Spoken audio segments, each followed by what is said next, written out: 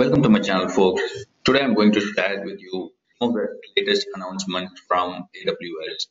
So the first announcement that we are going to see is the radical change that Amazon has done in EC2 billing.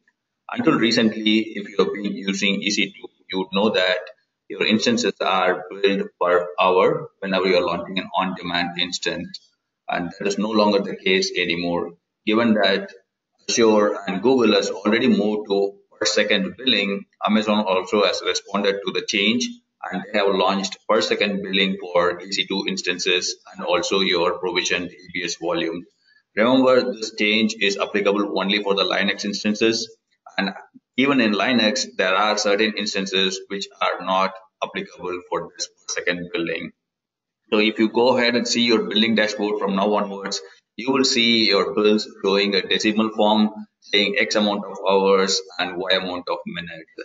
So go ahead and enjoy this additional benefit. Go ahead and experiment with them as long as you want it. But there is a caveat, as I said, there is certain instances which are not applicable for this per second billing. For example, here is the customer care statement that was given to me saying that RHL instances are currently not part of this, and there are certain Windows instances which are also not part of that. So be careful of what you're using, but ensure that it is not spoiling the fun that you might be having in AWS. So that is the first announcement that I wanted to share with you guys. The second announcement is even more sweeter. Amazon has allowed us to change our VPCs.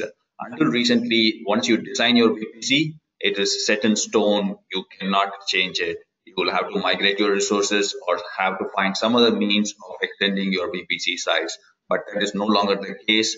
You can go ahead and add additional CIDRs from now onward.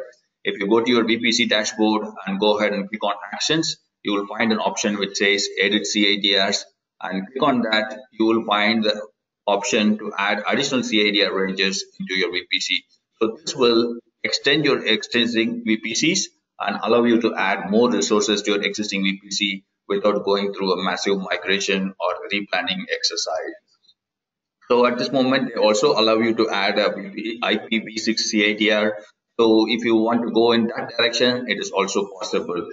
And one small limitation here is you can add only up to 4 secondary /16 CIDRs. I mean, that is also a huge amount, but in case you're hitting that, then you might have to go down the route of replanning your resources and setting it up in the right way so you don't hit this limit again. So the third one that I want to share is cost reduction. We all love cost reduction, discounts, and coupons. So in this case, Amazon has reduced the price of two particular services. One is S3, and another one is EBS. In terms of S3, what they have done is they have reduced the prices to a tune of 22%.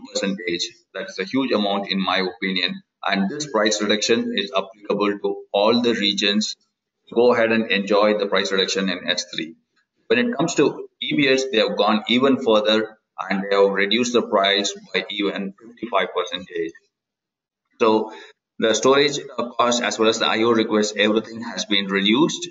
So go ahead and have fun and enjoy them. As you can see here, the simple calculation is shown to you here at the bottom, and the price reduction might vary depending upon the region that you might choose. So have fun, happy learning. Thanks for watching.